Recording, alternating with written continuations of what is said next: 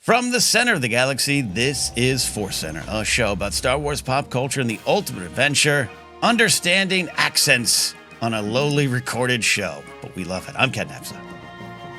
I'm Jenn Landa. I'm Joseph Scrimshaw, and I didn't realize Ken was starting, so I just adjusted my light to be darker just as we began. The darkness creeps in right away. Look, it's a little BTS morsel. I like those. You know? Those little cuts. You know, as a film director now, Joseph, here you are. You've made these films over the last couple of years. You probably got a take of me eating licorice off camera that you're like, put it in. Oh, if I had more, that short would have been much longer. It's one of my regrets that I don't have more licorice content. Man eats licorice. Hey, everybody, we are about to dive into the fourth episode of The Skeleton Crew. Before we do that, we always want to remind you today's podcast is brought to you by Audible. Get a free audiobook download and a 30-day free trial at audibletrial.com/ForceCenter. Over 180,000 titles to choose from for your iPhone, Android, Kindle, or MP3 player. We are recommending today Padawan by Kiersten White. That's right, the younger Obi-Wan adventures that has vibes found today in this episode of Skeleton Crew. To download your free audiobook today, go to audibletrial.com/ForceCenter. Again, that's audibletrial.com/ForceCenter for your free audiobook and help the show in the process. We are about to dive into episode 4 of The Skeleton Crew, titled Can't Say I Remember, No At Achrann. Directors, the Daniels, Kwan and Scheinert. They are some of the hot up-and-coming directors of the town, and they're in Star Wars. And there's been a little bit of a history of that in Star Wars, where you get the hot name, and does it always work out? Well, we're going to talk about that one today. The writers, Christopher Ford and John Watts. Quick summary so we know what we're talking about. War. The coordinates provided by Kh'ymm, or rather taken by our intrepid gang of lost travelers, have sent the kids to At Achrann, a bizarro version of their home planet, where warring tribes stuck in a cycle of perpetual violence have torn apart the world. On one side is the Troik, the other side the Hattan, and Captain Fern, Kh'ymm, KB, and Neel find themselves in the middle of this multi-generational battle, but there are lessons to be learned and changes to maybe help facilitate, and a herd of Eopie to liberate. So let's go down to the surface of At Achrann as we take a look at our overall reactions to the episode. Joseph, start us off here. How you feeling about episode 4? I'm feeling good for the vast majority. 90% great, maybe 10% ever so slightly grumpy about structure. I was really fascinated as I was watching to see who directed this episode. It's a great moody episode. The Daniels, I think, did a great job, and I think man, I can't wait to read their dense Tashin biography 30 years from now, which Yes. will discuss how they signed up for this job before they, won an Oscar for a bonkers indie film. And Ken, you used the phrase up and coming. Yeah, I think once you've won an Oscar, I'm going to go ahead and call them up and came. Up and arrived on the scene. Up and arrived. Better. So they up and arrived and did, I think, a great job on creating mood of this episode, which I thought was really vital. The big picture stuff I liked, and of course we'll dive deeper when we get into themes, is I love that the At Achrann mystery has been my favorite part of the show in some ways, because that was the part that's new and fresh and is adding a twist. And I loved that this was the answer, that they went not only to just the wrong world, but a world that added to the mystery, and that it was this very specific vibe that I've been really fascinated with, of being presented with sort of a broken mirror of, this is the reality of the fantasy. Do you like it or not? And we got kind of different vibes from the kids. But in particular, I don't know that we have seen in Star Wars on screen, we definitely have in publishing, the apocalypse fantasy that storytelling has been obsessed with for about 10 years now. I would say, really, with the prevalence of Walking Dead. And it's not quite apocalypse, but it is also the fantasy of Hunger Games. I think this sort of the deep level attraction of those, society has fallen apart, and all you have is, your secret base in your clan of dirty friends and family, and you eat gruel and it's awful, but also you have weapons. And more than anything, on a deep, deep level, I think what that fantasy is about, and why those shows in movies continue to be popular, is we live in a world where we're so contained by technology and by complex choices. And it's this dark fantasy of, yeah, eating gruel every day and fighting for your life sucks. But maybe I'd rather be stripped of all of those choices and all of that baggage and lead a direct and feral life where my choices were clear. Fight the enemy to keep my friends alive and feel cool shooting a bow and arrow. Would that be better than all of the stresses of, trying to remember my PIN number for this app I can't even bleep and do my laundry without entering my grandma's address? Like, just all of the frustrations of modern life where we push a button and we do everything we're supposed to do and nothing happens. These apocalypse stories offers us this fantasy of, it's clear, kill the guy coming from your loved one, you pull the bow and arrow and it goes into their bleeping heart. It's clear and direct and feral. And I felt like it was really interesting to see Star Wars tap into this like decade-long apocalypse fantasy, and specifically address to me what I think is at the heart of the apocalypse fantasy of, is it better than your civilized world? Is it more freeing? Or is it just actually awful that people are starving, dirty, and know only violence? Yeah. Like I said, we can get deeper in the themes, but like my overall reaction, that was the biggest part of it. Is the apocalypse fantasy in Star Wars and how it speaks to these kids. I like that we spent a few episodes both on our show and in Skeleton Crew going, man, the suburbs are horrible. I'm with you. At the end of this episode, I was like, I think Burbank's great. It's got a Mexican restaurant down the street. I got a 7-Eleven right next to my AM PM. They're all right there for me. They're all good. You've never had to kill a man for a burrito at 7-Eleven, have you, Ken? Yet. Not that I know of. So that's a great overall take. I really love what you said there, and there's some tropes they played with here. We'll get to the Neel one that I really resonated with me, I should say. But Jenn, your overall thoughts here as we dive in. The show Outlast that I've been talking about, right. It literally is like you have to shoot a bow and arrow to get your food. It is horrible. I do not want to be in that condition at all. Starving, cold, dirty. No, thank you. With trench foot. This episode was actually probably my least favorite. However, I watched it with my kids, and I only watched it once without subtitles, with a loud heater on in the background. And that was a huge challenge for me because I think I have hearing loss. But the bigger thing was I saw that my kids were really gripped by this episode. And that was fascinating to me. And I talked with my kids afterwards about why, and they were really pulled into the mystery of it. So even though I personally was kind of struggling with some things, it was neat to see that this really did play, especially like these kid warriors. And my daughter was wanting to know, who is that girl, blah, blah, blah, right? That was really exciting. So for me, I think that this was a win. I will say, I knew that this episode was directed by the Daniels, and I was wondering if they were going to take it like far out and make it really weird and wild. And then I remembered Everything Everywhere All at Once really has such an emotional roller coaster that you go on. And they are so good at directing those emotional, heartfelt moments that it made sense to me that they directed this episode. There you go. No, yeah, I really agree with that. And I will say, like, I got back to my normal routine of watching new episodes of Star Wars, and I watch them on the television first, so I can feel like I'm just watching it as a fan. And I've got, a sound bar, but it's nothing impressive. And, half the time I'm like, I get the gist of what you said. I have no idea what that character's name, and I missed the last half of that word. And that happens to me all the time. Yeah. And then I feel like a deeper connection when I watch it on my computer with the subtitles, and it isn't just that first wave of impression. Now it's down into focusing on the details. So I certainly relate to you, Jenn. And if I had only watched it once on the television with the not great way that dialogue is mixed these days, I would have feel some distance to it as well. I'm with you. Oh, sorry, Jenn. Continue. No, it's just across the board with all series and movies and stuff like that. But I didn't have this problem so much with the other episodes because they were more action heavy, or maybe also because I had watched those episodes first, so I already had an idea on my computer and I had an idea of what was going to be coming. But that was a challenge. Yes, yeah. I think we all were that scene where Kh'ymm and Fern are trying to understand. Hannah's, are you Troik? Which flag? Take your helmet off. Take your helmet off.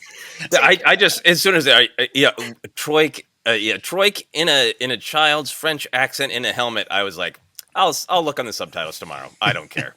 Who, as Jenn learned us before the show, is from Kansas City, Missouri. So it's a bunch of things going on. Quick overall thoughts from me, and we'll start looking at favorite moments. And then stick around. We are going to dive deep in this episode. Man, there's a lot to talk about. Jenn, I feel what you're saying. I liked it at first and had that, like, we have a show where we rank things, but we don't always like to rank things around these parts. But I had that, like, all right, of the four, this is probably the one I like the lowest. And then I kind of woke up and I thought about some things, and it really grew on me overnight. I think there's some things to discuss. And I said no need to rank it just for me to love it. I really became obsessed with what we'll probably explore in the themes of something you've talked about wonderfully, Joseph, over the years, with the great tension of Star Wars. A show, a saga about wars in the stars that is often about how war bad. And this had a lot of that stuff going on there. Some true development for the characters as we continue to move them forward. Neel shining again, and just overall, and this is to not just the Daniels directing it, but the writing, the creature design, the costume design, the production design. It was otherworldly, and somewhere between a dream and a nightmare. Maybe that's Burbank and not Burbank. I don't know. Burbank and North Hollywood might be we're getting local here. So I just love all the stuff there. The emotional canon is strong in this episode. And final for me, Jude Law just continues to be this perfect complement to the kids, where he's the star. He's Jude Law, but it's still their show. And it's kind of written into the show, but I think it's also there in his performance, where we'll talk about, we never quite know what he does off screen. We never kind of get the whole story, at least yet. But he's supporting them while being the lead. I think that's a delicate balance, and he's doing a great job. So that's the overall thoughts. Any final overall thoughts? We'll just share some favorite moments before we dive in really deep. The only other overall thing I wanted to say, and I know we can talk about it in more detail later, but since I said I 90% like this, I did feel like this episode was like what I was craving in one way of it was their adventure on a different planet. Because I feel like when we catch up with them, they'll be leaving this planet. So it did feel like, oh, it's a chapter. But I did feel the way the episode was structured, it still felt a little to me like what has plagued a lot of these streaming shows, that it was a chunk of a film. I feel like the episode was really complete in terms of Neel's arc. I feel like it was really complete in terms of thematic ideas.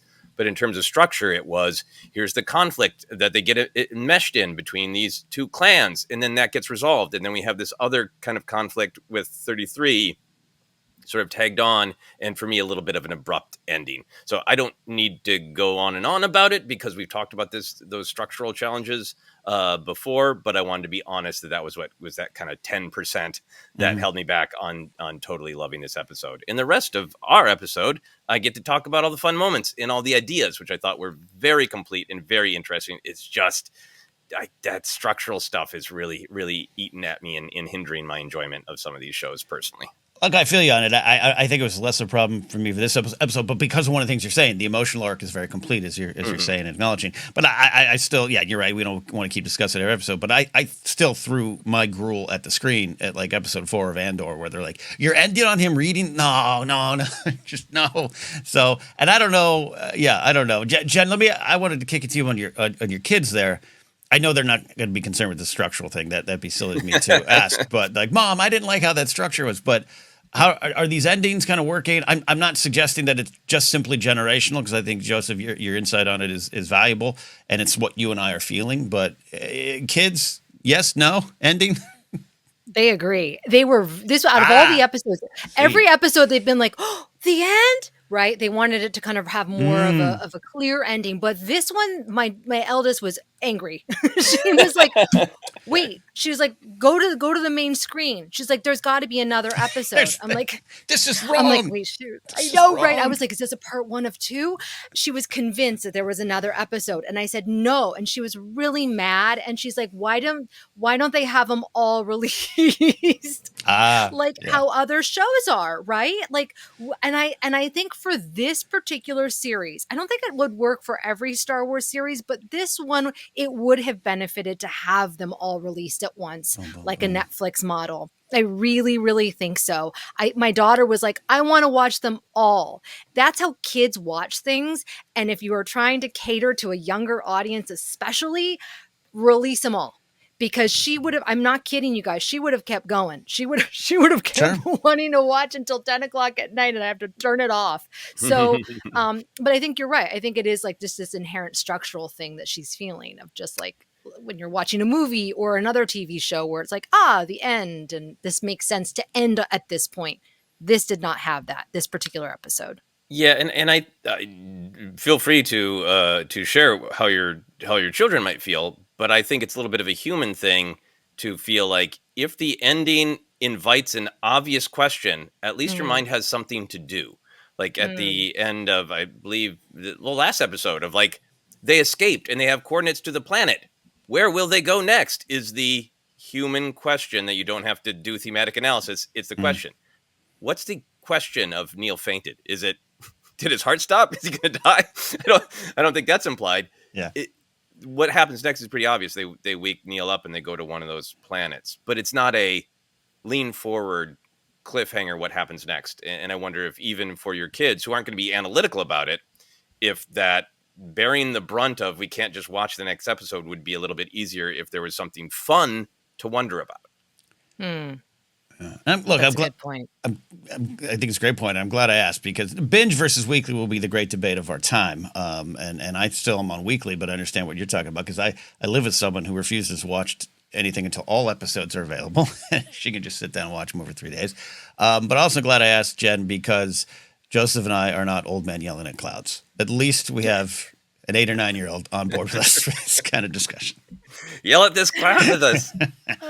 Young lady, yell at this cloud with us. That's right. Before we dive into the themes that made this episode sing in a lot of parts, we want to share some of our favorite moments here as we do our overall reaction. I'll just in an overall sense, I'll share the lines, the comedy, the beats, Jude Law's killing it, all those kind of things. But there's a lot of wonderful character comedy that is also backed by just crisp dialogue that I love. You know, even things like "Hey, no adults in the cockpit" is a fun bit, but it's also just what's going on between Fern and Jod and the whole team. So I love that kind of stuff. Jen, some of your favorite moments here?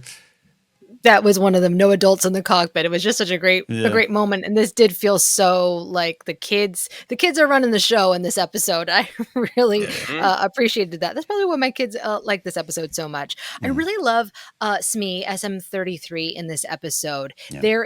I'm fascinated by how the character is kind of scary and intriguing, but also I want to trust him and believe him and protect the kids, and he does, but he doesn't. Like, it's just really a fascinating character and a different type of droid than I think I'm used to seeing on screen.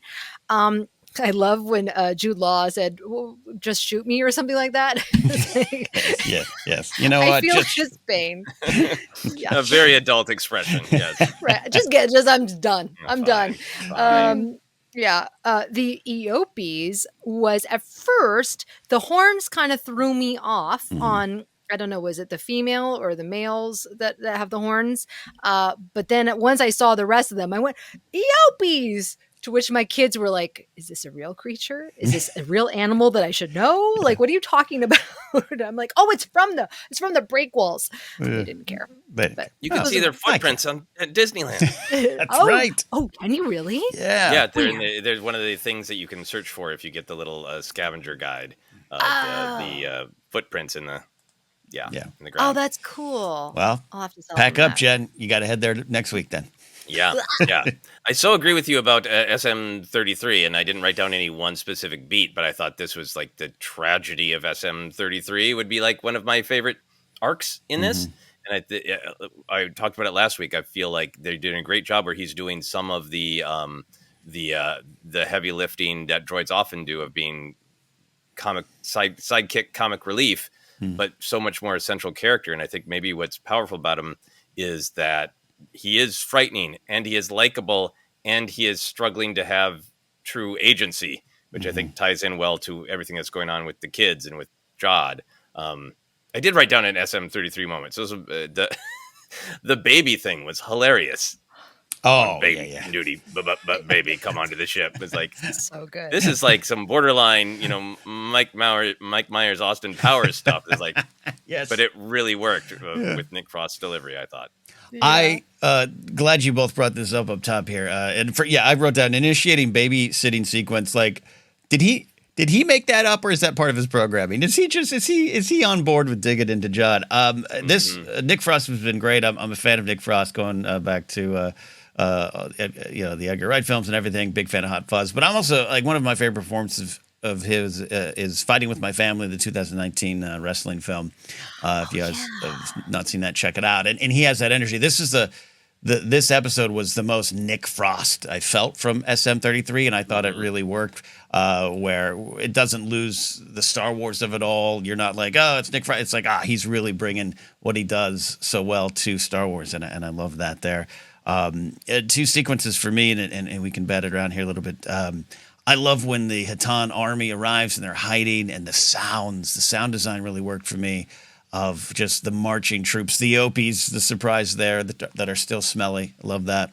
We can talk about that in the Canon connections, the smells of the Eopies. I just thought it was a really effective scene to kind of drive home the fear and the horrors of this ongoing war. These kids hiding in what essentially is a school bus that's destroyed. I thought it was very effective. Love that scene. And as I mentioned up top, it's a fun device. He's a pirate. You're never going to get the actual tale, but it's more than just a running joke and bit, even though it works like that on that level for me at least.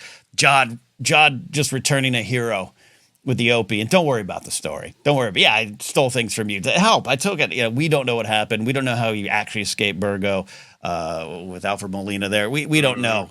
Maybe we'll never know. We don't need to. He'll tell us. He'll tell us. The pirate will tell us the story. Yeah. So, Those are some great ones. And I want to shout out General Strix is Matthew Kasovitz, who is from Amelie, and I am a early 2000s Amelie fanboy. Maybe have seen that movie 30, 40 times, and so love it. Big Audrey Tautou fan, and just seeing him on screen and seeing him in Star Wars, and kind of having, it's the French Resistance thing going on. The World War II vibes were pretty strong in this episode in a lot of ways for me. I don't think it was super the point or intentional, but the decision to kind of make them all World War II French Resistance fighters worked for me, and I loved having an Amelie connection in Star Wars. So there we go. Absolutely, yeah. And the children will fight, sort of Les Mis vibe, I think, was definitely there in those choices.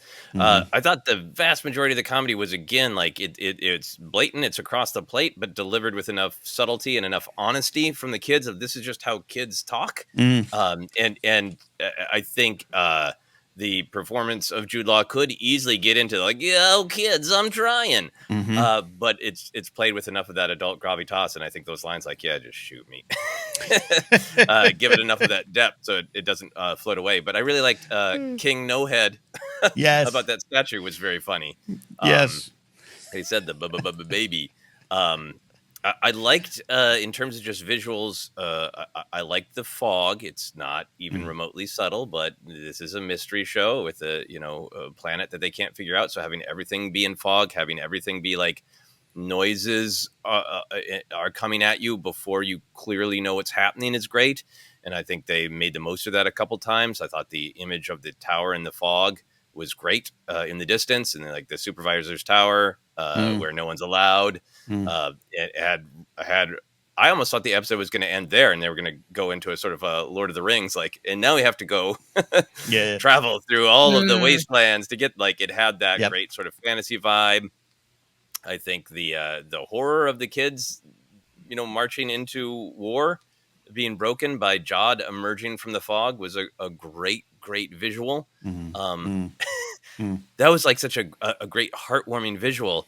And there's one shot right after that where he says, what I want is the four of them, and they all come to him and hug him, and it is totally framed like a Muppet show shot, like he's the guest star of the week, and they're all at Muppet height at like his hips and his belly button. And it really did feel like Miss Piggy was going to enter, and she was going to hit on Jude Law, and they were going to sing a song. It was a total Muppet shot. And here's Harry Belafonte. Yeah. Yeah, so that entertained me. Yeah, last two little just details for me. I really liked the Hannah character's deeply unnecessary gymnastics. Yes.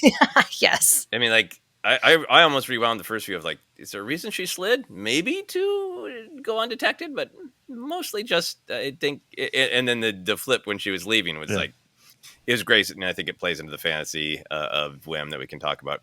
Final thing is, like, man, anytime that any Star Wars show manages to do a familiar Star Wars thing and make it a little bit different, I think that's the challenge these days, is to have that fun and fantasy of something surprising and weird.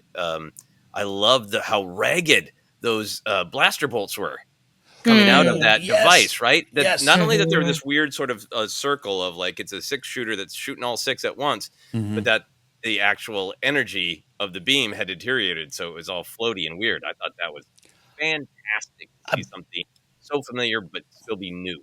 I wrote that down. I love that shot of the blaster boat, just the angle on it, the design of it. Yeah, you're so right. It really was something special there.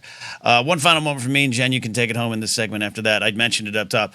I'm calling this Neel and the older girl.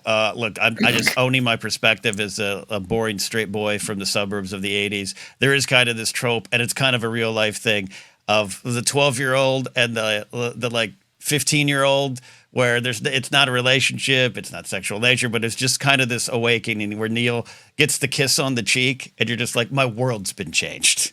Like, that is something I personally relate to, and it really resonated with me.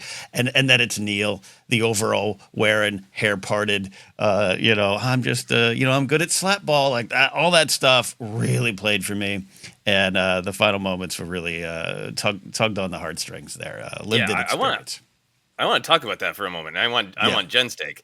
It was totally like the absolute, the John Hughes, everybody in high school or junior high is rigidly slotted into their stereotype. Yep. Neel is the nerd and the cool girl at school, while no one was looking, gave him a kiss. The impossible has happened. I really felt the beat coming, and then it's like, well, I don't think she's going to kiss him on his mouth hidden in there under the trunk. They've made a lot of his trunk in this episode. Yes. And that was like, I felt that John Hughes kiss moment coming, and I wasn't sure if they were going to do it. And it was like a moment frozen in time, and then they went for it. Did you feel it coming, Ken? Did you feel like, oh, here comes the peck? Joseph, Jennifer, it's such a lived-in experience, this moment in time, that I didn't know if I expected it. I was hoping, because I hoped. I hoped when I was 12. All right. Okay. Oh my gosh. And it's tropey to way, because exactly what you're saying. It does come from that, the 80s vibe. Indeed. I mean, we're talking, this is an Amblin series. We didn't factor that in, I guess, to the conversation. But yeah, no. So yeah, I don't know. Jen, your thoughts?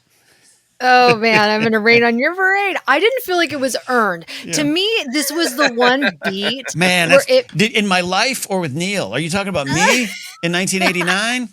No, you deserved that kiss. Thank you. No, for this, it really did feel like it was a trope from the 80s. And I was like, my daughter hated it. My 9-year-old absolutely thought it was wrong. She did not like it. She was so turned off by that whole moment. Okay. That's probably okay. I'm glad. Let me tell you, I'm glad. I don't want to be like, yeah. So yeah, that moment was really, and so she was repulsed, and I was like, by Neel, or by the idea that, and I think what she was feeling was something that I was picking up on. I did not get that kind of like romantic sexual tension between these two characters, and so at the end it was played not like I would have appreciated maybe a hug. Right, like the big sister giving the sweet boy a hug, that to me would have felt more authentic based on how their interactions were played, as opposed to this like, I'm gonna kiss you. Like it just felt very John Hughes, and I didn't think that it was appropriate in just how it was played. She should have kissed him gently on each cheek, so it would have been a French greeting, a space French greeting. Yeah, Yes. I'm kind of with you, Jennifer. Of like, I wanted intimacy of a non-sexual nature because it felt like that was the bond of like, yeah, Yeah. a hug or even like a cheek stroke. Yeah. But I think, Ken, by all means, feel free to correct me if I'm wrong, but I think I felt in it a desire for total innocence, that it's not sexual, it's just Yeah. intimacy. But Yeah. kisses in our culture, in American culture at least, are sexual. And I Yeah. think the whole basis of all that John Hughes stuff and the stuff that I felt when I got a little bit of attention or a peck on the cheek from a cool girl was the sort of affection is something to be earned and fought for, and I am beneath this, and I am begging for it, and I am playing all sorts of games to have this intimacy be bestowed as a gift. It's a very unequal transactional thing in the way I experienced it in life, in the way I interpreted it in John Hughes films. And I don't feel like any of that was intended in this moment. And I felt like it's one of those things of just sort of like the baggage of the past is coming with this for me. Yes. Whereas I feel like the show just wanted a kind moment of true intimacy. And I think that was the intention. But I think I had this sort of like the shadows of the past of this unequal, gendered, transactional intimacy as reward thing still stuck in my emotional baggage center. Yeah, I mean, I don't think it's sexual on Neel's part because I just don't think he knows what that is. Yeah, No. But this is it's a long conversation at the end with Jude and Wim and Fern. All KB is going to have charts and Neel's still not going to get it. Yeah, it reminds me, one of my favorite films based on one of my favorite books is about a boy where, you got the 12-year-old and the 16-year-old punker, and he just has this kind of like, oh my God, like this is the whole world in front of me, and I don't even know what to do with that kind of vibe. She's not my girlfriend, right? That doesn't like, and like Hugh Grant in that movie is Jude Law in this movie going, yeah, no, she's not. No, but I know what you're feeling. It is the whole wide world opening up in front of Neel that I don't think he was pursuing her. It wasn't that. And both of you weren't saying that was the intention of the scene. And yeah, pulling apart into themes of that decade and just our life, I think is correct in a lot of ways. I'm just saying, yeah, it just had the, look, I was 20 sitting on a bench with a 35-year-old who's like, she's telling me, sorry, this can't work. But it was the first time I felt seen. You know what I mean? And it just, that's the kind of energy I think it connected with in my level. But but Jenn thinks I should get a hug. So No, you know what it is? I'm okay. Like, I think that it's supposed to represent like his awakening, like literally, like, I'm not going to go down. It's not even that. It's not that, but just the kind of like he's becoming a man. But like this is really his experience has forced him to see beyond his little life, right? Like he's a leader. He emerges as a leader in this episode, so it's supposed to represent like kind of a rebirth in some sense. What I would have liked, if they want to convey that, is maybe if his hair had kind of gotten messed up and if she had just like brushed away his hair from that, could have been such a tender moment. I go to the Acolyte and the end moment, spoiler alert, where they grab hands. That is such an intimate moment and there is so much implied. There's no kissing involved, right? I think that you can convey this kind of connection in a way that could have been a little bit more tender and come with a little bit less baggage, as you're saying, Joseph, which is a great point. I think that's what I was personally feeling in that moment. I was like, 16 candles. Yeah. You know what I mean? Which I've never seen. So I don't, maybe I'm Ducky. Is that right? No, that's Pretty in Pink. That was Pretty in Pink. Yeah, there's also Pretty in Pink elements to that too. Where kissing Ducky on the cheek or something. Totally. No, there should have been an extended scene where she gave Neel a makeover to make him a warrior. Well, and we can bring this up again. And like you said, Joseph, you don't want to belabor any of your structural thoughts. I think this episode did have what I describe as TV beats, where whether it's the amount of time they had, or even in movies, Rogue One's an example where I love that film, but I wish I had a little bit more time with the team in the second act to feel the bond that I'm supposed to feel. So some of that's at play too, maybe with what you're feeling, Jen, in this moment or just overall, where it moves so fast, and I love the way it just connected, and even the quiet scenes moved us forward. The show's been killing it in that regard, but not that I needed even more time, but there's quick connections made, right? One or two lines of dialogue means General Strix is going to be like, yeah, you're a warrior, I'm on board, and that's kind of what you have to play with. And so maybe sometimes that leaves the feeling of the stronger connections on the table for us as an audience.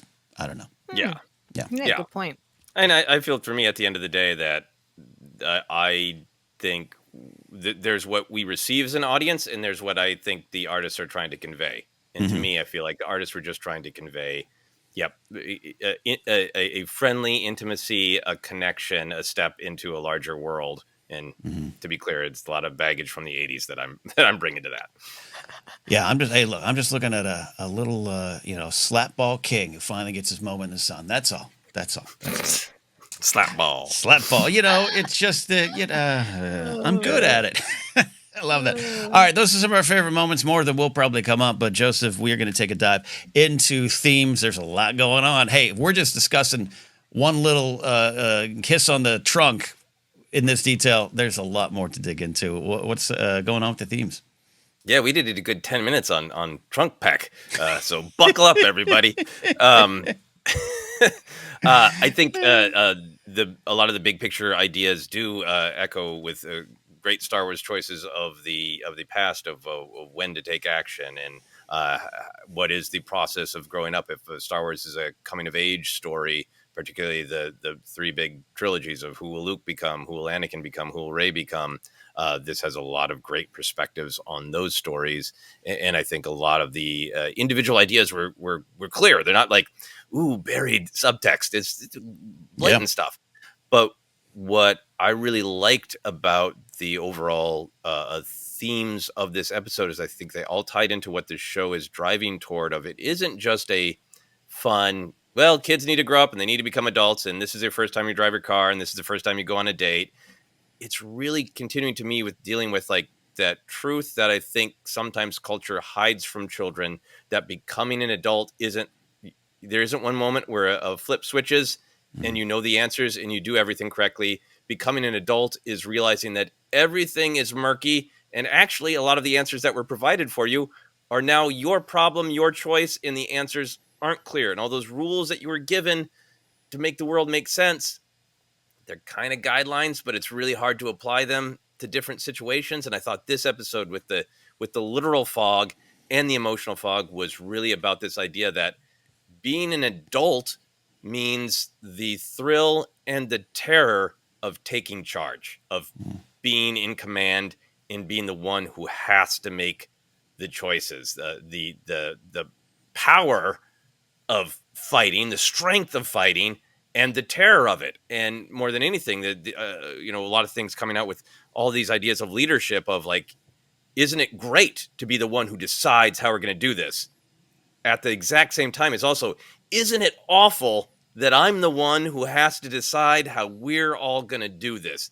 And I thought all of the various great themes that echo Star Wars, all for me kind of filtered through this, the reality of being an adult and both the power and the terror of being the decision maker. So that's where I started. Ken, any thoughts on that? Oh, yeah, I absolutely love that because there's some, like you said, there's some really very apparent themes. And this series has been doing that, right? Where you could almost break down every episode. Last week, trust. This week, kindness. And we're going to discuss that, I'm sure. But I love how you're saying the fog of emerging adulthood. And who are you when you emerge from that fog? And we see who Jod is. I love the breakdown scene with Captain Fern, who is, I'm the captain now. And the reality of that, and as you're looking forward in your life and you want to make these big decisions, and maybe it's not fair. Maybe the decisions come to you too soon. Maybe you don't know how to handle them. You have one culture here, but on this planet, we treat our children as adults, which is a very heavy sentence, right? Of good, bad, and otherwise of how what that actually means. So I really love and connect with what you're saying of this is when we say this series isn't for kids. It has kids in it, because I think we all need to be reminded of the power of our choice, the weight of our choice, and be okay to be like, I don't know the answers. And then often the answers will emerge in your moments. Yeah. Dire and doubt. I think it's powerful because, at least with the original trilogy in particular, Star Wars started out didactic. It started out as a guide to how to be a better person and make better choices. And Lucas has said in interviews again and again, like, the 70s were a murky, awful time, and I was trying to help people see that you could be a good person. You could make good choices. And so the original trilogy can be looked at through the lens of, here's how to be an adult. Whereas so far, Skeleton's Crew is, God damn, it's hard to be an adult. Yeah. But you're going to become one, kids. So here we go. Jennifer, once again, the only adult, the only adult. That was a Freudian slip. The only parent among us. A terrible Freudian slip. Not wrong. The only person who doesn't survive on 7-Eleven and frozen pizzas. The only person who truly knows what a salad is here on this podcast. That's not fair. Ken cooks healthily. Every once in a while. How did you feel about what was being said in this episode about what it means to become an adult and that relationship between who's in charge here, the parents or the kids? This was the first episode where I really felt the kids' fear, and that no adult is there to help them, to comfort them, to rescue them. They can't really certainly trust Jod. They are hoping that the kids are going to bring them to some adults that are going to help, and they're like, suck it up, kids, you're warriors now. And this was the first time that we really see Fern break down. Like, she doesn't know what she's doing, and she's struggling, and Neel is freaking terrified, like literally paralyzed with fear, and he has to overcome that. And my daughter was on the edge of her seat, just going like, she really thought, she's like, is somebody going to die? Is somebody going to get killed? Now, I know, I'm like, of course not. They're not going to kill off the main characters, but she was really, really worried for this group, because she really saw herself in the way that their fear was presented. I thought it was really, really authentic. And it's that moment where it's like, we don't know what we're doing as adults. I don't know what I'm doing. I need a droid to count me down and get on this ship. I need someone to help me. But yeah. That's great that it is resonating on that level with kids, because, I think we have some of our adult baggage of, it doesn't feel like the kind of show where a blaster bolt's going to fire out and go through Neel's eye. It's not that show. Although it is funny to me that when if you let Disney Plus play, it starts the credits and it minimizes and advertises another Star Wars show. No. And for me, I don't know if this is happening for everybody, it minimizes and goes, perhaps you'd like to watch episode 7 of Andor. Yeah, like, it's happened a couple times. Yeah. No.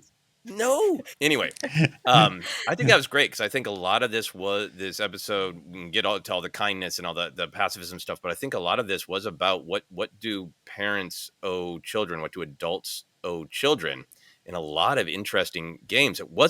This wasn't a story of Jod abandoning them. This was a story of the kids taking initiative and saying, we don't think we can trust you, Jod Nanawood.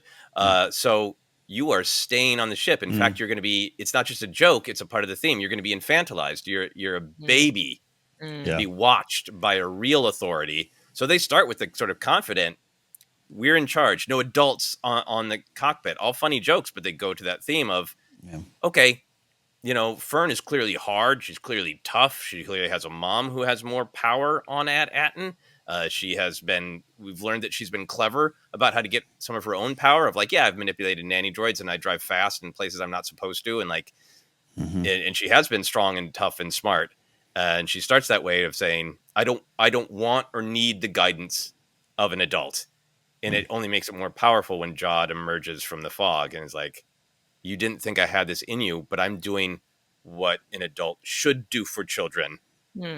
I am there for you even when you think you don't need me, which is this great contrast to what I think is going on with General Strix and the Troika, where it starts sounding admirable of, we treat children as adults. Right. But then how that sounds good, but how it plays out is, I push children into the fog as a front line So they die first.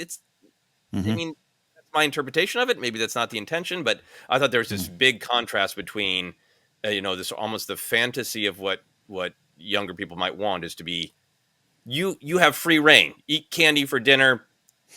Yeah. If you don't like your teacher, kick him in the shins. Freedom. Yep. Violence. It's yours. Go for it.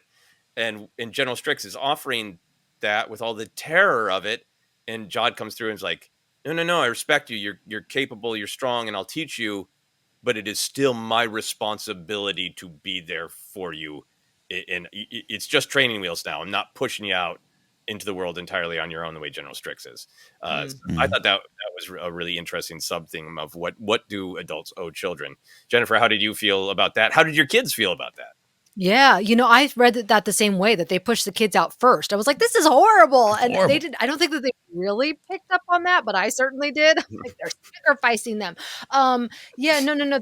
That's such a great observation. And it was a moment where I was like, oh, Jod, we knew you had it in you to be the kind uncle. But really, he becomes more like a father figure in this episode. I think he finds his nurturing side. It's a beautiful moment of that push and pull of how much freedom do you give kids and how much do you still want to parent them. Yeah. There is that. And I feel like Jod clearly wants the treasure, and a part of his motivation is get to the treasure. But I think we're also being shown that, he's not going to sacrifice these kids' lives, once you realize their lives are in danger. And I think I think that it was really interesting to sort of infantilize him, because I think he had his speech of, I am the same, I'm alone. He lost his family through bad leadership in the very first scene of Skeleton Crew. I claimed I could get you this treasure, and I didn't.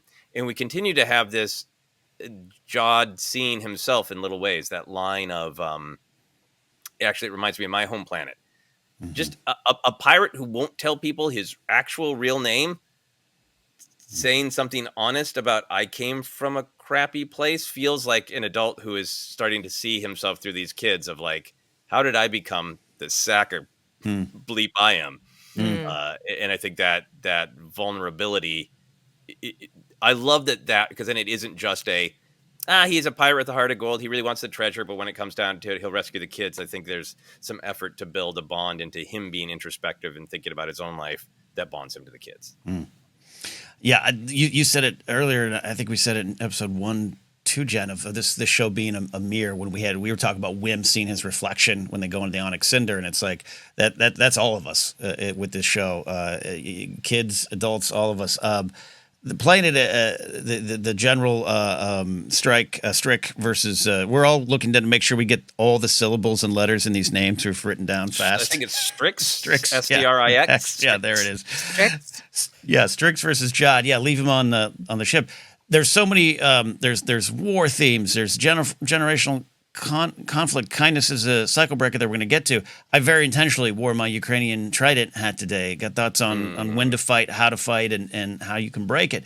But what's behind it all, exactly what you've been talking about, Joseph, is when you're sitting down to write. I'm not going to assume Watson Ford in their meetings, but it's like what story are we telling? It's a story of becoming an adult, and what is that?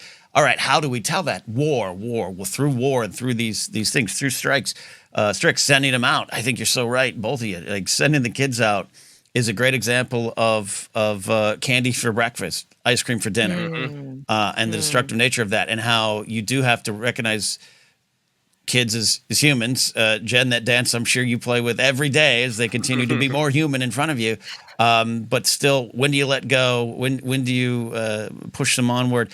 And one of the things I remember in our Kenobi episodes, Joseph, I know this is big for you in the Kenobi one, of how we treat our children and how we treat the generations coming up behind us, the generational exchange. But that's big, and the guilt and weight that's on Kenobi. How Reva took it, and all. I think that kind of factors all through this war story, this World War II war story that we got going on, where the kids are fighting. Yeah. It's all fun and games too, initially for Kh'ymm and even Fern a little bit when they're shooting things and whatever. Oh, and yeah. It's like, Cool. I have a fun toy, right? Until the moment of actual battle, it's like, oh no, this is real. This is not a game. No one's going to save us. We got to do it ourselves. And it's such a great moment that they played. Yeah.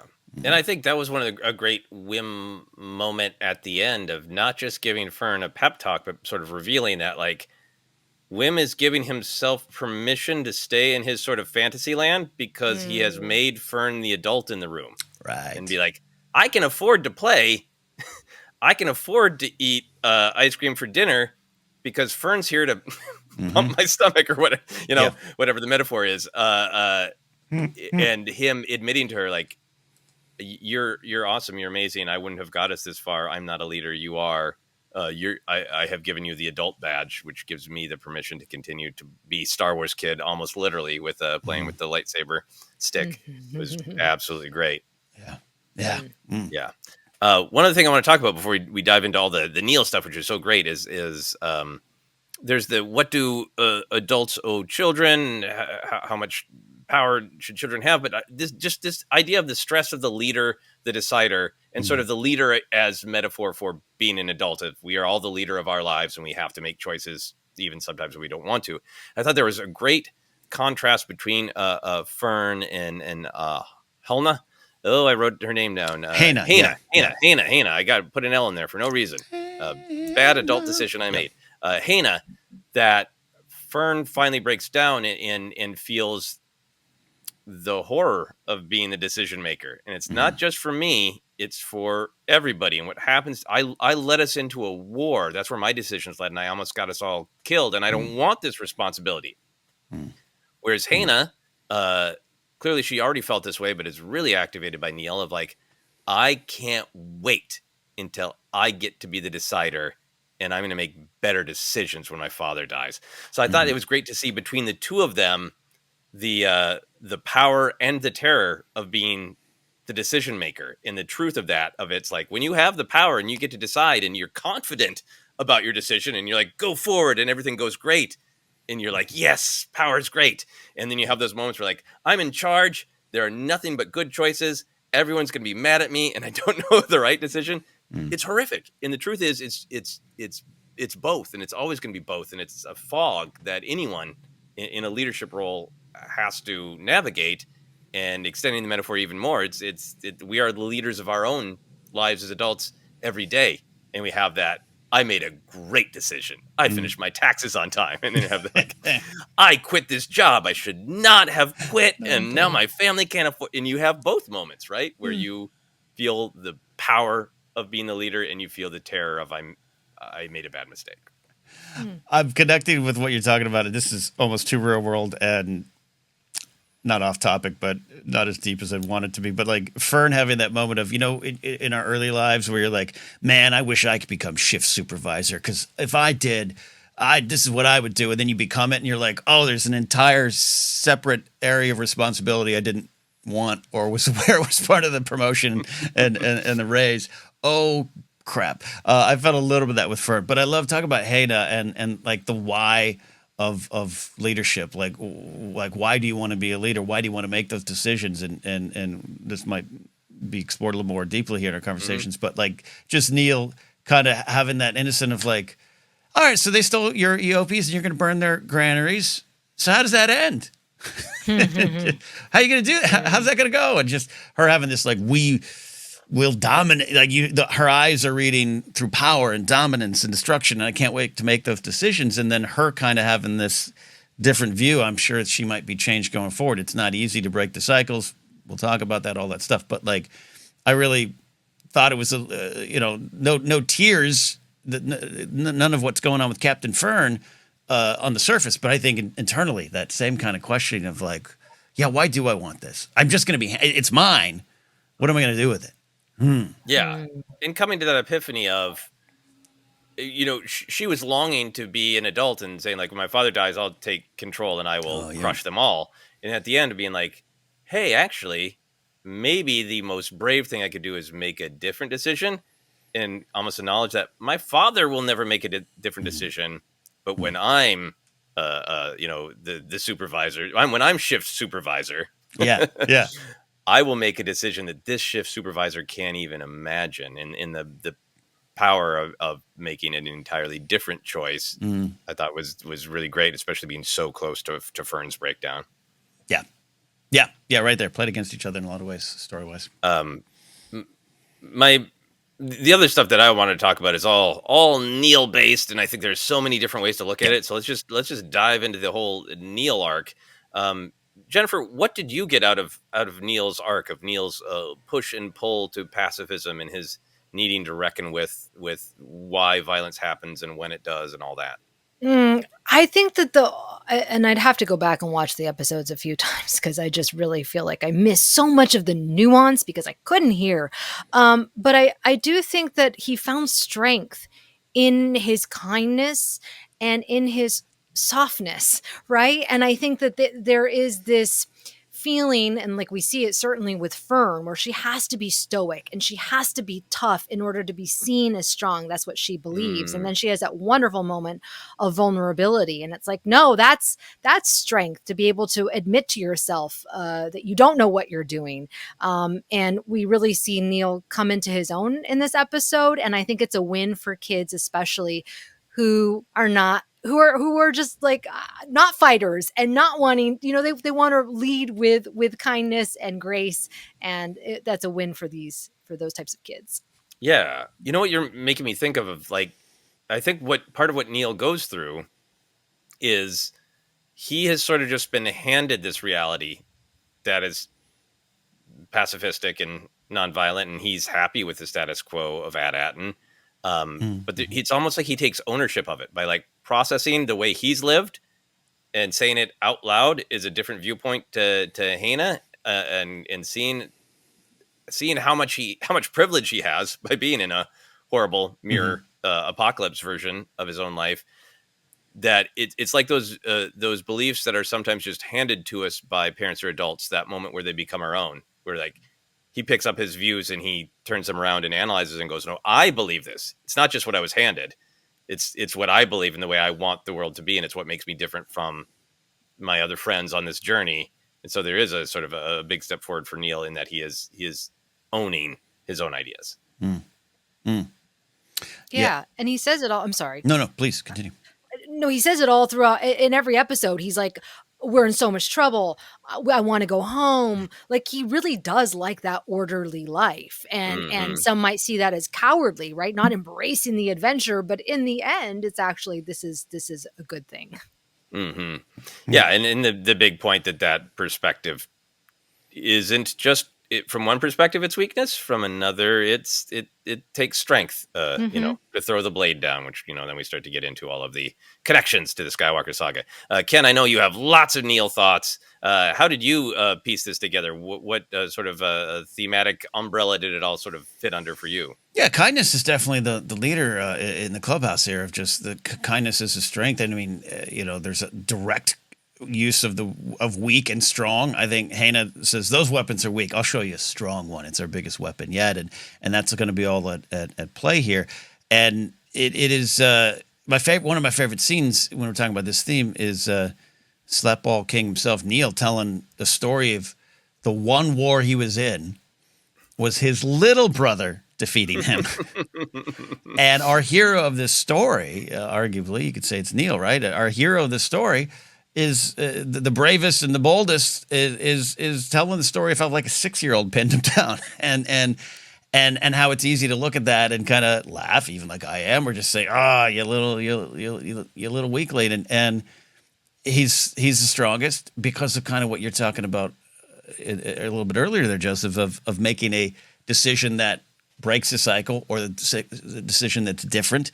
And there's a certain inherent braveness to that. And, you talk about, as we connect it to the Skywalker saga, this is Padme and aggressive negotiations. This is Satine, the pacifist who's chiding Kenobi, picking up a blaster. And this is Brasso picking up Marva's brick. And it's time to fight. There's not this, there's this fine line in our real world that's tragic. In Star Wars, it's important, of what are you fighting for? And just having Neel, it all end up with he's throwing a rock with a fight he cannot win. he knows in that moment he can't win, but he's throwing a rock to save his people, to save those he loves, to save those he's connected to. Hannah having that moment, when I feel like that, it helps to be with the friend. All those things, the why of the fight, right?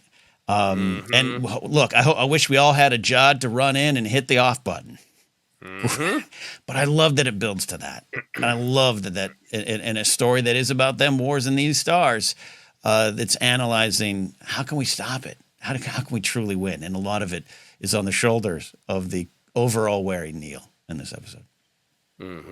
No, I really agree with that. I think it was a nice finessed idea of what I think the Jedi philosophy, and that we see our key Jedi wrestle with the most of the goal is to never, ever, ever ignite that blade.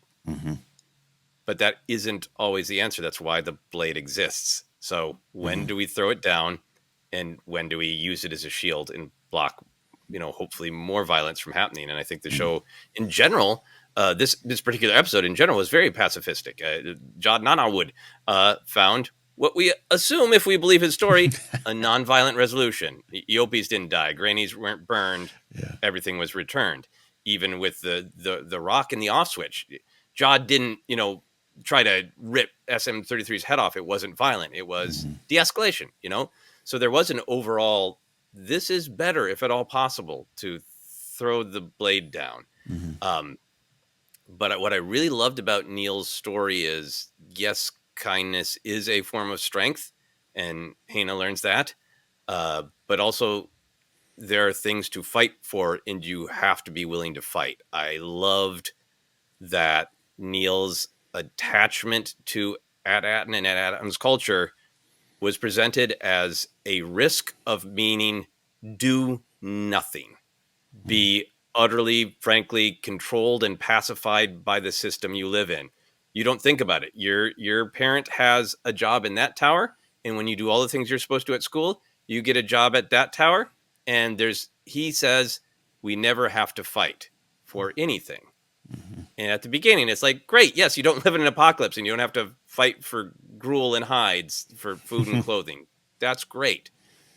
But he's taking that a step farther to, he's not willing to fight for anything, or rather hasn't been trained to. It doesn't even have to be violent, but you have to be willing to step up and fight for things. Otherwise, you're just being pacified and controlled by a system that doesn't want to empower you and teach you how to be an adult, because as an adult, you have to fight things. And I love that this isn't an episode where Neel or Hannah is correct and one of them teaches them the correct answer.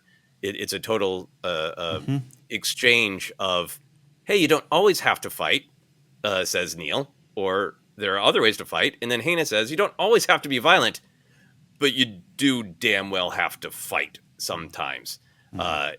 When she lists, we always had to fight just to survive. One of the key things she lists is we fight to protect our friends, right? Which is just total Star Wars stuff, total Jedi stuff. And this episode would be good and fun and enjoyable if it just ended on the nice note of Hannah saying your weakness makes you kind. But the fact that it's Neel who throws the stone is what elevates this episode for me, of him seeing, I have to be scared sometimes because I have to fight, because the level of not fight that I've been taught isn't just kindness. It's restriction and never becoming an adult and never becoming an individual who makes choices. And adults have to throw rocks sometimes. Fear is a part of being an adult. And Neel has taken his first step into a larger world by a small action that was terrifying to him, but did save his friends' lives. We were talking the episode 1 and 2 vibes of that surrender or die theme, meaning, At Achrann's kind of saying surrender to the system, or you're gone, you're dead, and we want to fight against that. We want our freedoms. We want to break out of the suburbs, but we got the other side here, which is fight and live. But then having Neel kind of have the big question of, why do you fight? And her answer being, because we do. And being able to untangle the why, and how could she truly break it? And you're right. The elevation of it all kind of go into that rock throw. Really worked for me. Anyways. Well, as always, you take my long thoughts and break them down into something very good and discreet. And I think maybe that's what's at the heart of it for me. Of this episode had a lot of the questions of why do we fight? And one answer that Hannah gave was because it's an endless cycle of violence that only ends in total domination. But then she also gave Neel the better. Why do we fight? When we have to protect our friends. And the fact that that's the one that one of those ideas of why do we fight, dominance and endless cycle, was rejected by this episode, and the other, we stand up when our friends are in danger, was elevated. And we don't need to know the history of Hattan and Troik, and maybe we never will, right? It's just a great use of it, and I'd love to get Saw Gerrera's thoughts on it. Send the kids to the front line, prove themselves, get to the front there. I don't know, but he likes this Whim kid. Give him a cannon. Jennifer, how did you feel? As we talk more about it, about what Neel learned or didn't learn, or what kids do need to learn about fighting. How do you feel? I mean, you guys said it all so beautifully. I have nothing to add except, in that moment when he throws the rock, I don't even know. I can't. I agree. I co-sign. Well, let me ask you. Because go ahead. No. I forgot. I should have written it down. My memory has been bad lately. I need my little rat droid or rat. To help with my you need a rat in the brain. Reset my. Yeah. Your memory has been very full, I think, from school. Not God, full. Phonetics. Yeah. Audiology. All of this, weakness, is kindness. The when do you fight and when do you throw the blade down, when do you ignite it? All that stuff is there. Also, I'm obsessed with this because I think it is a way that I process life that I think affects us a lot. Is the idea of having balance as an adult between adventure and comfort. Having those times where you're like, I don't really feel like doing this really scary thing. I don't feel like writing a one-person show, but then I do it and I feel alive. And then the next day, I do not want to speak to another human, and I want to be under my blanket, and I only want people to speak to me softly. And that neither of those is an all-the-time thing, but needing adventure and comfort, needing a quiet night at home and with family, and going on a scary trip. That both of those things are needed, and I felt like that was sort of at work with. We didn't spend a lot of time with Whim, but I think that was almost the contrast between the planets of like At Achrann is this almost dangerous level of comfort where you just your muscles atrophy, your soul atrophies. And At Achrann is like everything is a crisis constantly, every second. There is no comfort. Everything is harsh. And I thought the show was really great for Whim to be confronted so violently of here's my fantasy of adventure all the time. And I think that was part of the gymnastics of like the gymnastics were like, cool. Yeah. Slide. I want to be doing sliding and flipping all the time. And it was so what I fantasized about as a kid. And I imagine kids still do of like, it was his child's world, his child's view, but exciting. The playground was now a place of war. The fact that we start on a playground, really puts it in Whim's perspective. Ken, you mentioned they hide in a school bus. The secret base with the cannon on top is the school. Yeah. It was so put in our faces that is Whim going to take this opportunity to see that, yep, the comfort I have at home is just enervating. It's sucking my energy. But the adventure I crave, with that comes actual violence and horror and gruel. And I thought that distinction, that dichotomy through Whim's eyes, I hope that we're going to follow up on even more because Whim felt like he definitely had moments of fear, but for the most part, he was still like, great.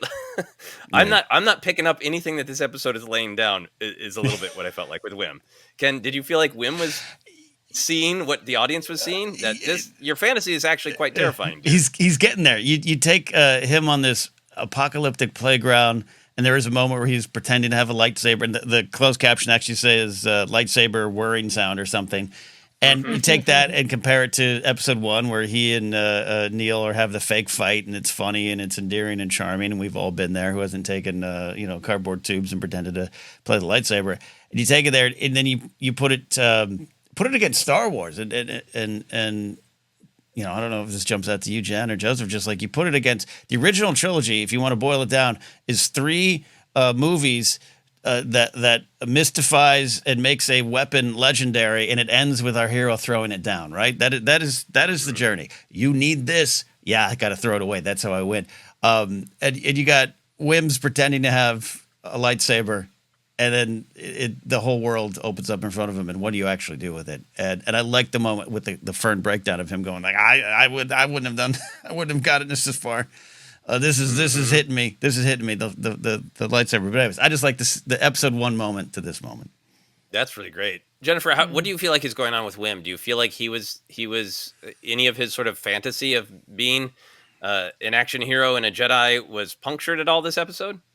I actually very little. It's funny. He feels like me. Like he relates everything to, stories or something that he read or saw or whatever, like the True Knight or whatever. I think, what is that what he said?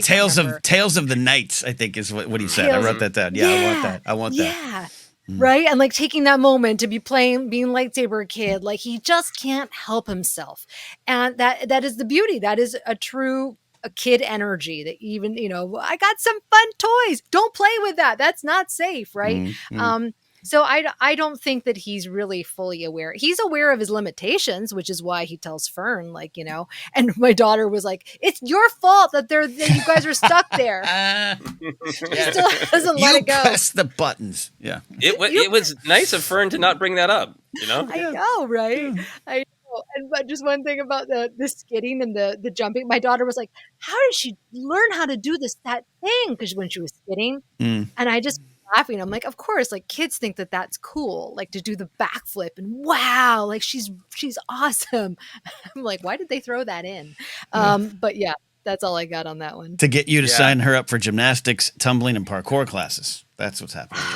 Parkour, yeah, that's nice. I felt like it was just like for us to see it through Kh'ymm's eyes of like cool. Yeah. Cool. Yeah. And it was. Any other big thematic thoughts before we move on? No, for me, I mean, yeah, the war stuff there, the generational conflict, it's all there. It's all very Star Wars-y. And this is why I think, and this is maybe back to an overall reaction. Maybe I shouldn't bring them up in themes, but this episode, this has been a great series. It's been well received around the world, quite frankly. But I wonder if when this episode ended, I think I was even texted Paul Denuzzo at PLD Projects have said this is going to be the episode that might test some of the fans because it's not easily accessible. There is not the direct connections. Your theories of them wrestling or rescuing Ahsoka and Sabine still might be true, but it's definitely not apparent thus far. There's a lot of stuff going on that are outside the normal discussions of Star Wars, not just in terms of themes. It's so on its own, right? It's on a world we don't understand with 2 warring tribes we know nothing about. But what's there is that emotional canon that we love around these parts. It is so connected to A New Hope. It's so connected to the moment where Luke throws down the blade. It is so connected to some of the moments in Andor. I mean, Nemik's manifesto, like, Hannah would probably like, yep, that guy's saying some truth, But also it reminds me of what's going on at Hattan, where surrender or die, you don't even know.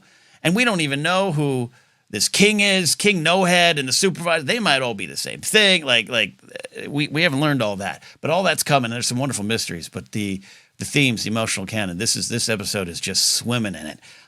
If you like it and you love it. So that's where I go on this episode. The themes are rich, and that's why I loved it. Yeah, no, I agree. And I feel like I said, I got my sort of structural issues when you're looking at plot, when you're looking at how it's divided. But in terms of the theme and in terms of Neel's arc, I think it's a really, really solid episode in terms of the ideas. Indeed. Well, I pass the leadership baton back to you, Ken, for the rest of the episode. It is both your power and your terror to be in charge of the rest of this episode. I couldn't have gotten us this far. We want to look at costumes, creatures, and characters. Jen, this is something that you absolutely love here. A lot of great design choices here. Anything jump out to you? What do you love about this episode? What do you want more of? Tell us. Well, the Eopies I thought were done really, really well. They looked Yeah. incredibly Yeah. realistic to whatever a real Eopie would look like. Mhm. I thought that was done beautifully. You know what I really loved was the shots that they did with SM-33, where Mhm. he's going after them, and it had that perspective where you're like right up in his face, and it's disorienting. And I don't know what type of camera or Mhm. simulated camera they were trying to use, right? Where it just became really terrifying. I thought that was nicely done. In terms of costumes, I liked the children warriors, their look. Mm. It reminded me, and I have not done any research on this. It reminded me of the Mimban Yeah. costumes. Remember from Yeah. Solo? Yeah. Mhm. Right? It had that similar vibe. In fact, this whole episode reminded me a lot of Solo. And I'm not sure if it's just like the fog or the grayness of it all, the Mhm. costumes, but it definitely kind of evoked those scenes in Solo for me. I Not too many. Oh, sorry. Yeah, go ahead. I really agree that I wrote down that I've loved the gear of the Troik and the Hattans, but mostly the Troik being so close to some of the gear we know and love in Star Wars, like the helmets, the Mimban, the stuff, and the blasters and everything. You mentioned the difference, Joseph, but yeah, I don't think you're far off there, Jen, of saying this. The Mimban sequence in Solo comes up a lot in my brain in this one. Yeah. And I also think one last thing is this episode reminded me the most of, like, say, the Clone Wars or Rebels. Cannot tell you why. And maybe it's just like this apocalyptic theme that you guys are talking about and the way that it was shot. I feel like we got more of that in the animated side than we have in live action. And so that felt kind of neat to me to connect to the Clone Wars and Rebels in that way. I don't know what it was. Yeah, I mean, I really agree with that. With the Clone Wars, I'm sure there's some Rebels episodes that are escaping my mind, but the Clone Wars went out of its way to say, like, there's this big galactic conflict, but there'll be arcs where the Jedi get involved in this culture and their perspective on what's going on in the galaxy and how connected they are. And it did have a great vibe of, like, we're really focused on this one little culture, and I'm caught up in their conflict. Mm-hmm. I agree with both of you there. Some of the Bad Batch episodes we love are off here, meaning now those are a little more connected because we know the Empire's doing the thing and this is going on and the Clone Wars happening. But yeah, Jed, I think you're right. It had that vibe of the two Jedi have crashed on a planet where two different kinds of people are fighting. It just and the story goes from there. I think it definitely we've seen that more in animation, so it was a good vibe here. That's all I got. Yeah, I like seeing the striped Ithorian, and I liked wondering about, like, they do have contact with off-worlders to trade. So did an Ithorian stay there, or has an Ithorian always been a part of this culture? And I'm really loving right now the total ambiguity of how old is SM-33. We know this is very old because it's from the Old Republic, but like we can get into it in when we talk predictions. But I really like not knowing, like, no idea how long this fight has been going on, how many generations, has there been Ithorians on this planet for, 2,000 years? We don't know. Yeah, so many questions, some that might not be answered, but a lot of mystery hanging about like a fog over the show. One of my favorite little design choices in the ship design, maybe I'm just slow. I didn't pick up on it till this time, but that the Onyx Cinder's cockpit is kind of back and to the left. To do my Oliver Stoney. I love that kind of design. It is so far back, and I don't know why I assumed it was in the front. They've shown enough shots of the ship. I just haven't looked. The Onyx Cinder having a great design choice. It is, like a lot of great Star Wars ships, Razor Crest. It's brand new. It shows up. You're like, that's been there forever. The U-Wing remains one of my favorites of, a new ship. Nope. I think in my heart, that's been there forever. I love it is an ancient ship in a Star Wars galaxy we're very, very familiar with. Go ahead. No. Go ahead. I don't know if there's a creature or a canon thing, but when they went onto the roof of the school and we saw an Ithorian and we saw a Rodian, I think that one of the creatures at one of the stall was a Swokes, like the Phantom Menace character Gra. Oh, Gra, yeah. Who is selling the Gorgs for the Whoopies. That one scene in Phantom Menace is just a gift that keeps on giving. Gra, the spokes, who sells the Gorg for the Whoopie.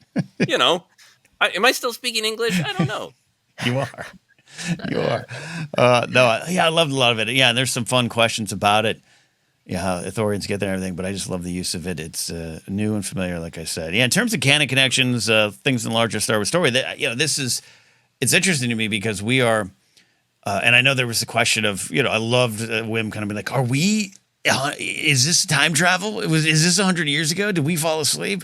And I don't think any of that's at play as far as we know. There's ways to make that happen, but I think it is what it is. But I'm fascinated by, this isn't connected to the larger Star Wars story right now. However, this is happening on this planet. They've been fighting for a while. And meanwhile, this Galactic Civil War has happened. The Clone Wars have probably happened. General Strix is probably alive during that time. And I love that there's this kind of, we're here and the big stuff's over here. And I hope some stuff kind of maybe pours into this bowl here, but I love it. But yeah, in terms of, I don't know if anything you all missed. I didn't write down a lot because, again, it's doing its own thing. Tales of the Knights, I did write down, Jen, of like, I gotta get a copy of that book. I think I know that's what Kh'ymm's been reading. And then the Eopie's talking about, Ithorians and Rhodians and everyone showing up, but just the use of Eopies. It could have easily have been any other kind of beast of burden, and I love a new creature in Star Wars, but I love the use of the Eopies and just kind of owning one of the biggest, maybe at times most hated moments in Phantom Menace, that the Eopies are stinky. P-Usa. I just love that 25 years on, we don't even bat an eye. The prequels are Star Wars. Always have been, but they are now more than ever. That was the biggest thing I got from my rewatch this morning with headphones in. When they're introduced in the Beast May Stink line, there's an incredibly subtle, small little fart sound effect in the distance. And the Eopies, of course, Phantom Menace famously fart in Jar Jar's face. If anybody doesn't happen to know this, dig through the deleted scenes of Phantom Menace. One of the scenes that's deleted is the fart used to be longer and bigger in Phantom Menace. A clear, huge part of the legacy of Phantom Menace is a ginormous fart joke. And the fact that they didn't just have Eopies, they had like the lid. In Revenge of the Sith, when Palpatine is reminding Anakin about the story of slaughtering the Tusken Raiders, and you hear that haunting little Tusken Raider sound in the distance, it was like that, but with the fart of like gentle echoes of the past. Oh my gosh. What I love is you're suggesting that in the excellent doc, The Beginning, that you all should have seen, if perchance you haven't seen, of the making of the Phantom Menace, when they have that moment in the screening and they cut to George and George is like, I may have gone too far this time. I think it's about that. I think they cut out the fact that whole conversation with Ben Burt, because he's talking to Ben Burt, and I know Rick McCallum's chomping gum there, but I think he's looking at Burt going, I think that fart sound was 35 seconds too long. Yeah, I may have gone too far in a few places. Oh my goodness. That's so funny. There you go. I love that our canon connection is a fart. Amazing. But it's part of Star Wars. Let us go as we start to look towards the end of our conversation here. We get some big questions, theories, anything about the show itself that you want to talk about. I'll throw out there first. It's this is one I was texting with our buddy Paul Deduza, who was texting me. He'd been up all night because he works night shifts. He's like, that supervisor's tower, man. Who's up there? Is it the original captain? Is it the original pilot? I think it might be King No Head. I want to know who King No Head is. And Jod has a line earlier of Renaud's ghost, which could just be a reference, could be a pirate. I'll be honest, I didn't do a Google search on Renaud, but in my head, I was like, is that King No Head? Maybe it's all connected. What say you, Jen? Where's your Renaud King No Head theories at? I love using Star Wars exclamations into my own vocabulary, and that is one I'm going to incorporate. Ghost. The king.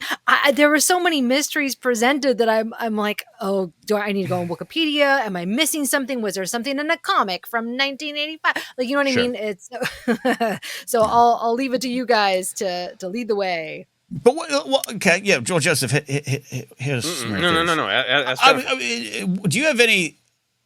Now, again, this isn't asking for thoughts or theories, Jen, but just like these 7 jewels of the Old Republic now being revealed as kind of maybe 7 of the same planet over and over. Like I'm making a wild assumption there, but all the names were fun to reveal. But at Achrann and which I guess this is just Akron, Ohio, but at Achrann and at Hattan and all these different planets, that's got me thinking of this one statue with no head has this vibe of whatever went on there.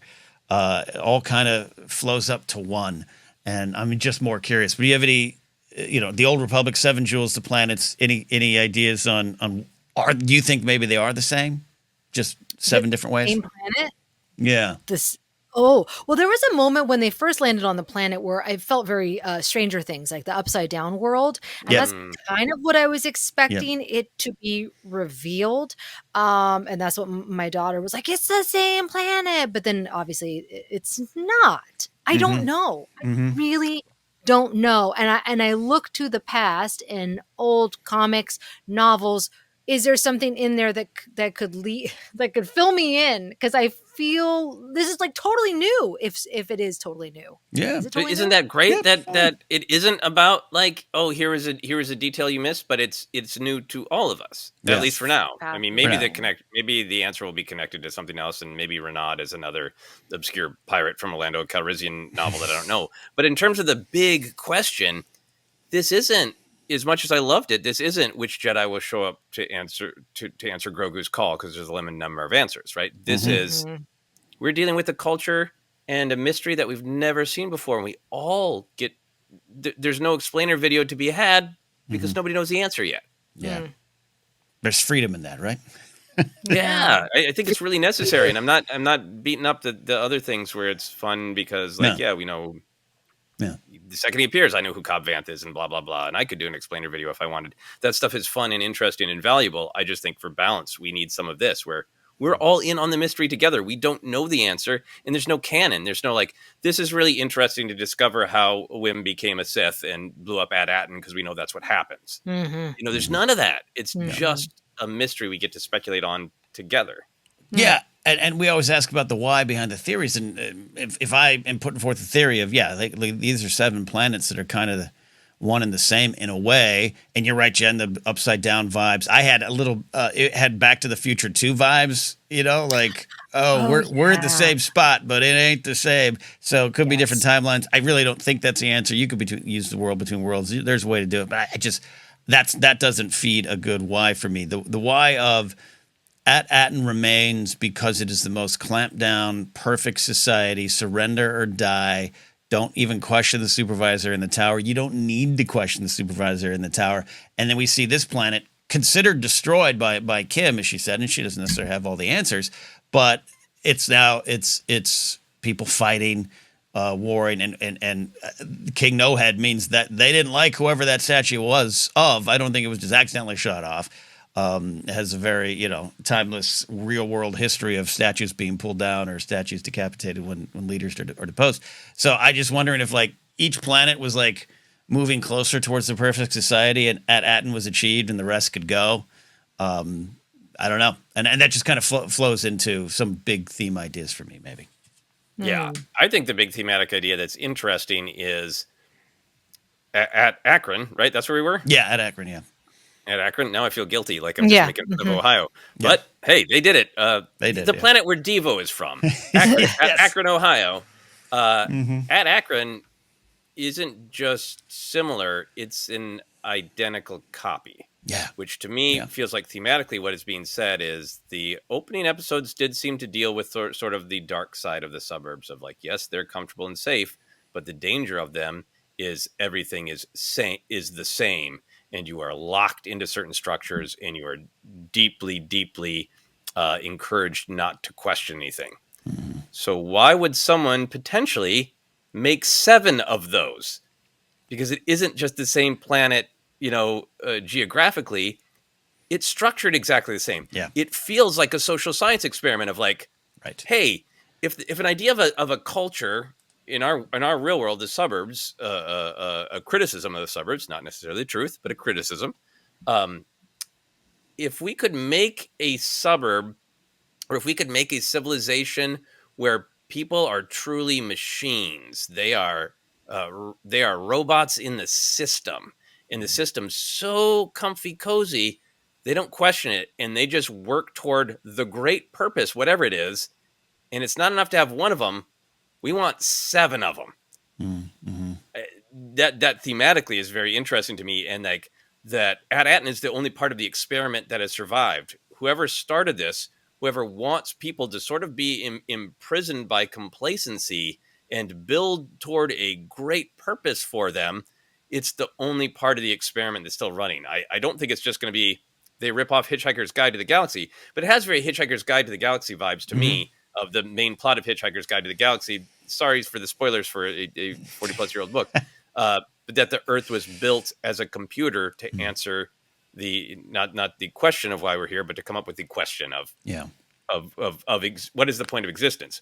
Yeah. But with this show being all about treasure, maybe it's the great purpose is these 7 planets with their towers do all of this math for all of these generations and open a bridge to another galaxy where there are treasures or whatever. That there's some sort of system, some sort of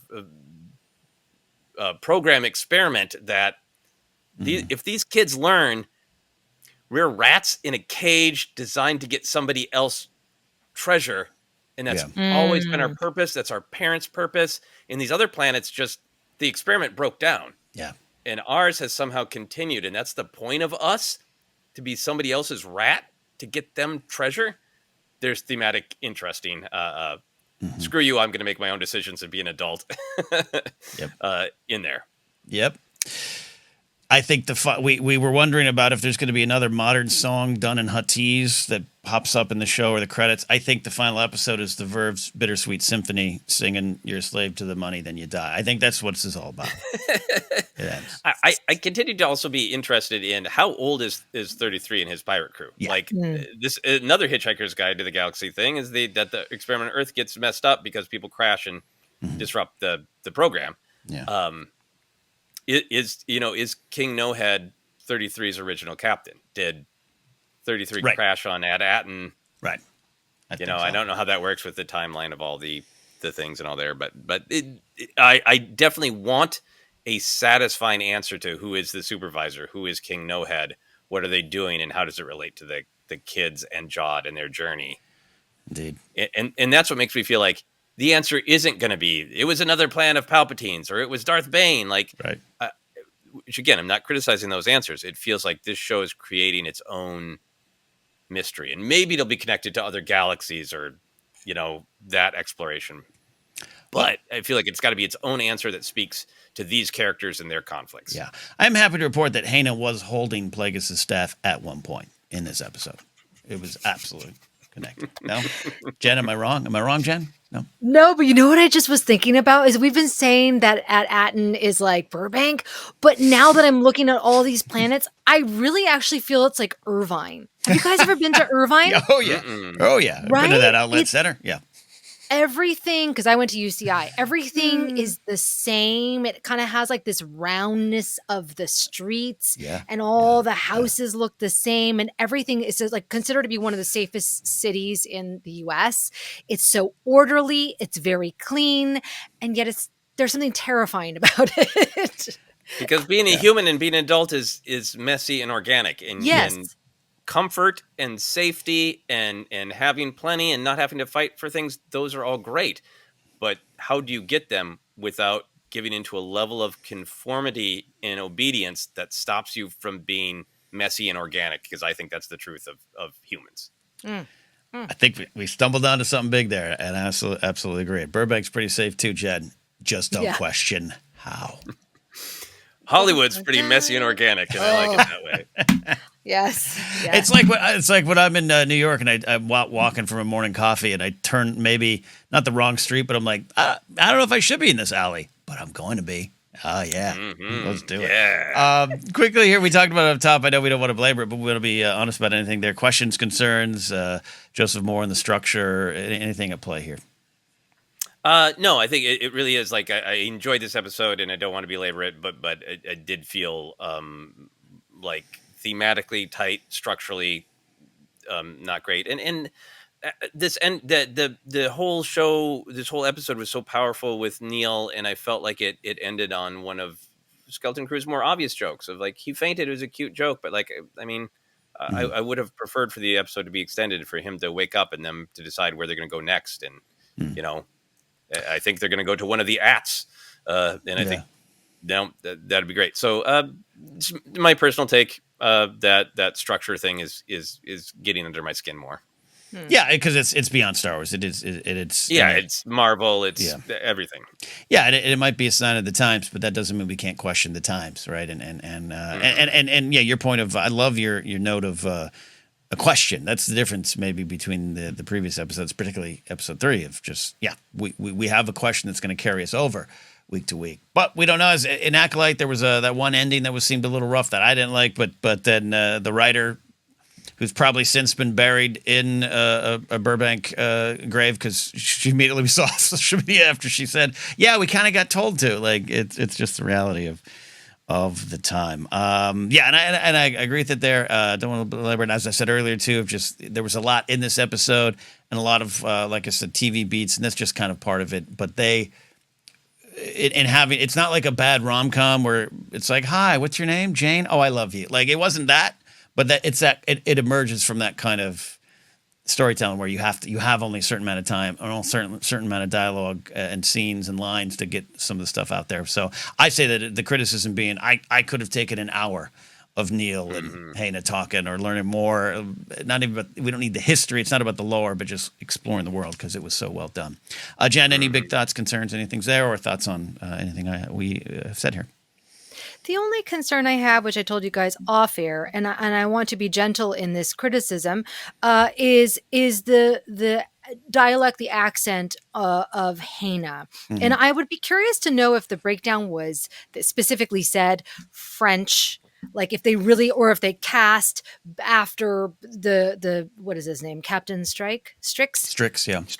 Right. If they cast him first, and then they were like, "Oh, we like this vibe, we want to have more a French child." And so just because I've been studying phonetics and things like that, I do have a little issue with how the accent was done, and it's no fault of the actress. I am sure that she was directed in a certain way.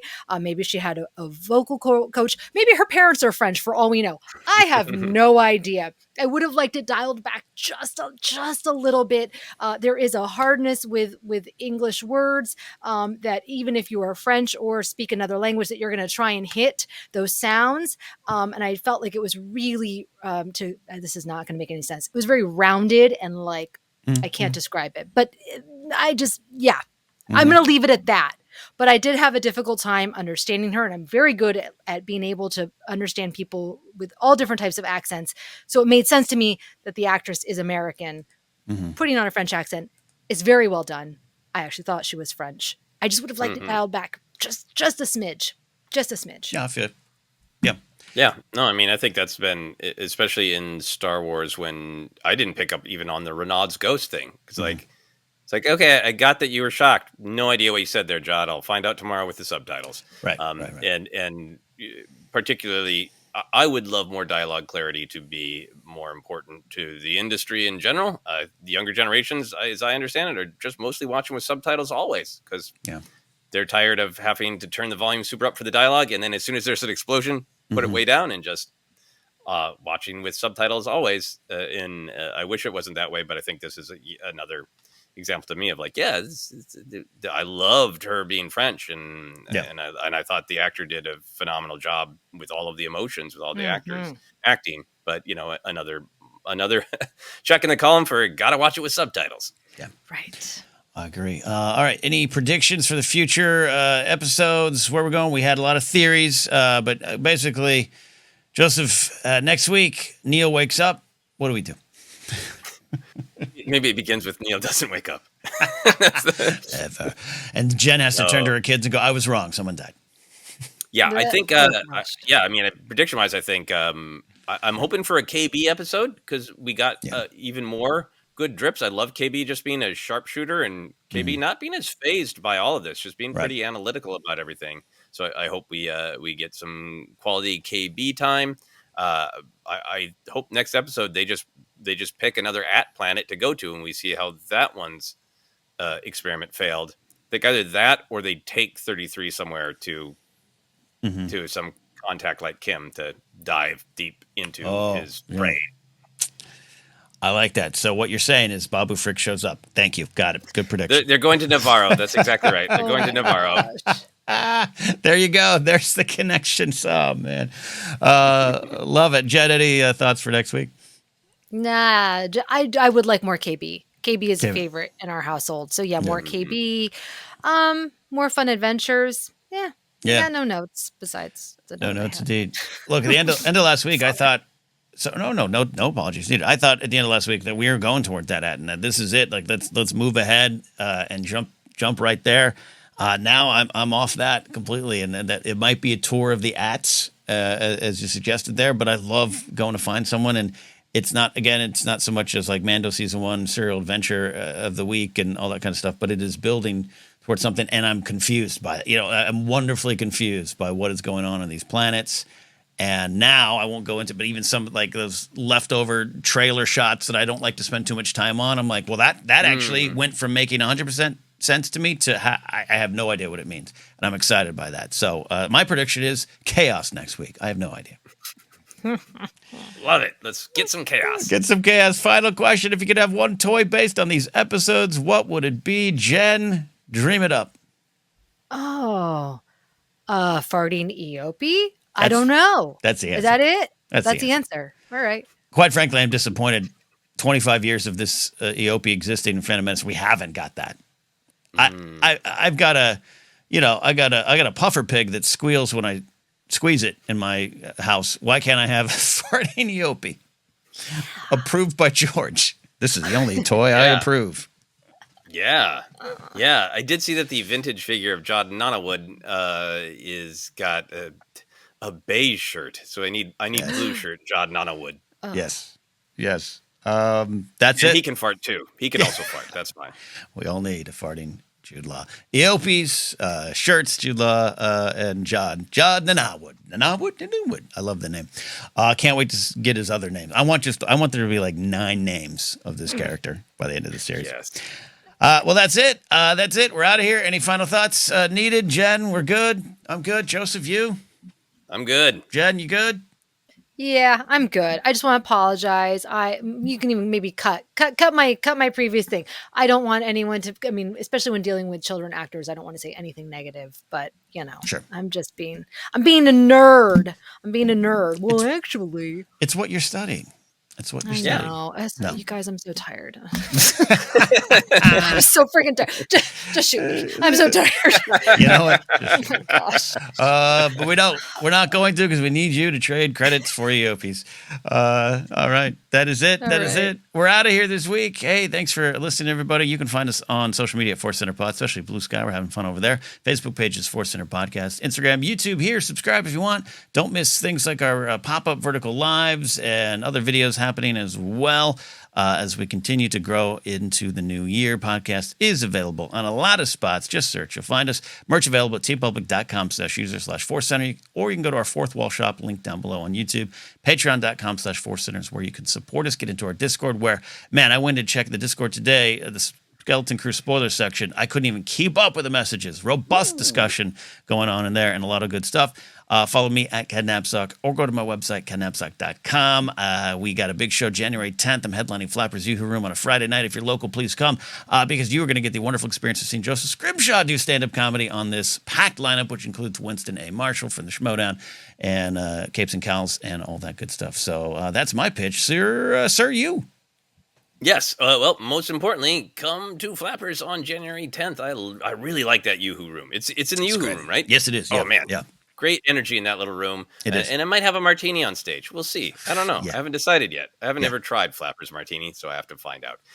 You can follow me on Blue Sky, and you can check out my website, josephscrimshaw.com, for updates on all the film stuff I'm doing, in particular the horror film that we just shot in Minneapolis called Dead Media. That was the production phase. We're going into the post-production phase, and I'm going to have to start raising money for all of that. So if you'd still like to help the film out, if you're looking for a tax deduction at the end of the year, you can give to us via this great organization called Film North. Big link on the front of my website about that, josephscrimshaw.com. Thank you to everyone who has been so supportive of that filmmaking adventure. There you go. Jen, where can they find and follow you? Or when can they send you notes on your schoolwork? Can they help you research? Oh, yeah, I appreciate that. I thought you were going to say notes on my bad behavior. In that case, you can't find me on any social media. Just to see me short-circuiting online, you can find me at Jennifer Landa, wherever your podcasts and YouTubes are sold. Wherever they are, indeed. All right, that's it for all the Eopies in the galaxy. Farting it up. We'll see you next time here on ForceCenter.